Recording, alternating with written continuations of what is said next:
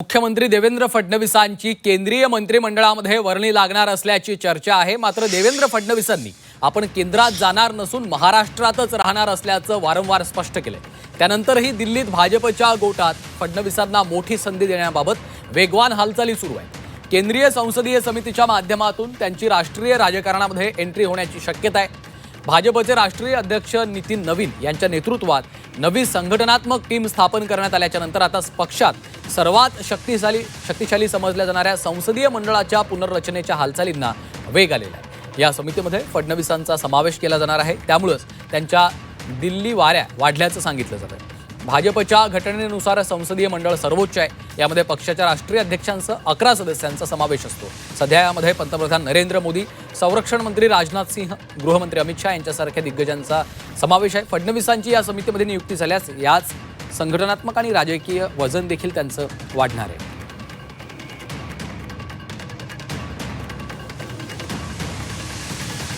फडणवीसांची भाजपच्या संसदीय समितीमध्ये एंट्रीची सध्या चर्चा सुरू आहे। फडणवीसांच्या संसदीय समिती एंट्रीला संघाचा पाठिंबा आहे असंही सूत्रांनी सांगितलंय। भाजपच्या संसदीय समितीमध्ये सध्या एकही मुख्यमंत्री नाही। फडणवीसांचं भाजपमध्ये संघटनात्मक आणि राजकीय वजन वाढणार आहे। सध्या भाजपच्या संसदीय समितीमध्ये 12 सदस्य आहेत। पुनर्रचनेत काही सदस्यांना डच्चू मिळणार असल्याची चर्चा आहे। पुनर्रचनेमध्ये देवेंद्र फडणवीस, योगी आदित्यनाथ, हेमंत बिस्वा शर्मा यांची चर्चा आहे। याआधी नितीन गडकरी देखील भाजपच्या संसदीय समितीमध्ये होते। 17 ऑगस्ट 2022 रोजी गडकरी संसदीय समितीमधून बाहेर आले। सध्या फडणवीस भाजपच्या केंद्रीय निवडणूक समितीचे सदस्य आहेत।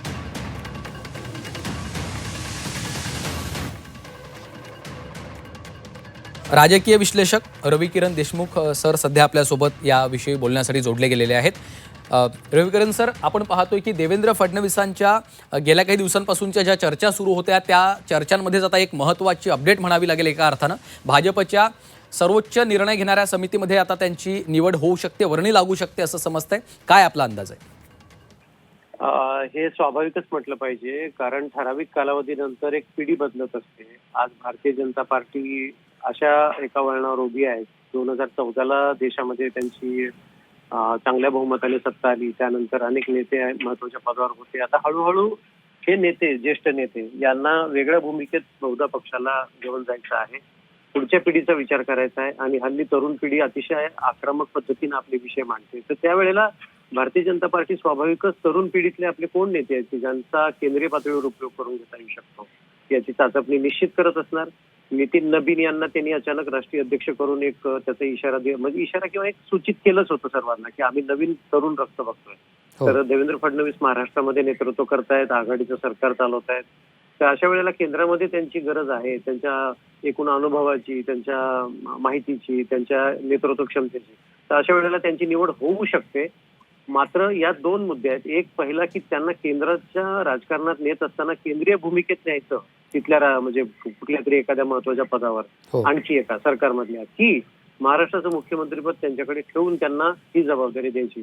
तर दोन्ही गोष्टी याचा विचार सुरू असेल असं मानायला जागा आहे, कारण तशा काही घडामोडी अलीकडच्या काळात वारंवार घडतायत, तसे बदलही होत आहेत।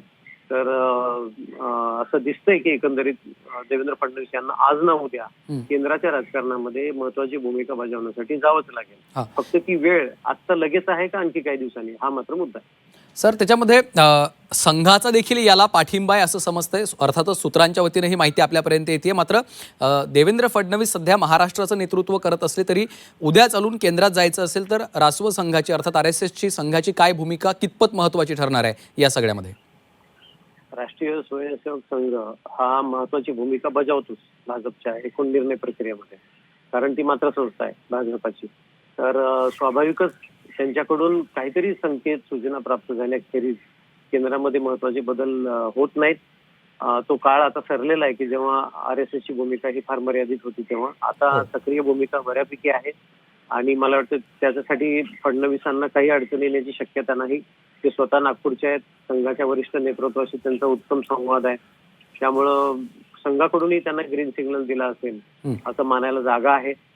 तर की RSSच्या सूचनेनुसारच पुढचे बदल घडतील. कारण आपण बघितलं अलीकडे की मोहन भागवत यांनी जेनझी सोबत संवाद मालिका सुरू केली. त्यांनी मोठं त्याच्यासाठी एक कार्यक्रम पण घेतला अलीकडे. हो. तर मला वाटतं वरचेवर हे वाढतच जाईल आणि त्या दृष्टीने हे सूचक आहे हो. फडणवीसांचं नाव. ठीक. रवी किरण सर, खूप खूप धन्यवाद आपल्या या सविस्तर विश्लेषणासाठी.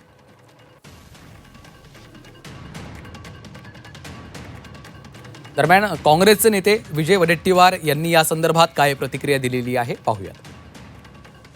मुख्यमंत्री झाले तिसऱ्यांदा आहेत, त्यामुळे स्वाभाविक आहे सिनियर नेते असतील, त्यांच्या संदर्भात भारतीय जनता पक्षानं कोणाला कुठे घ्यावं हा त्यांचा प्रश्न आहे.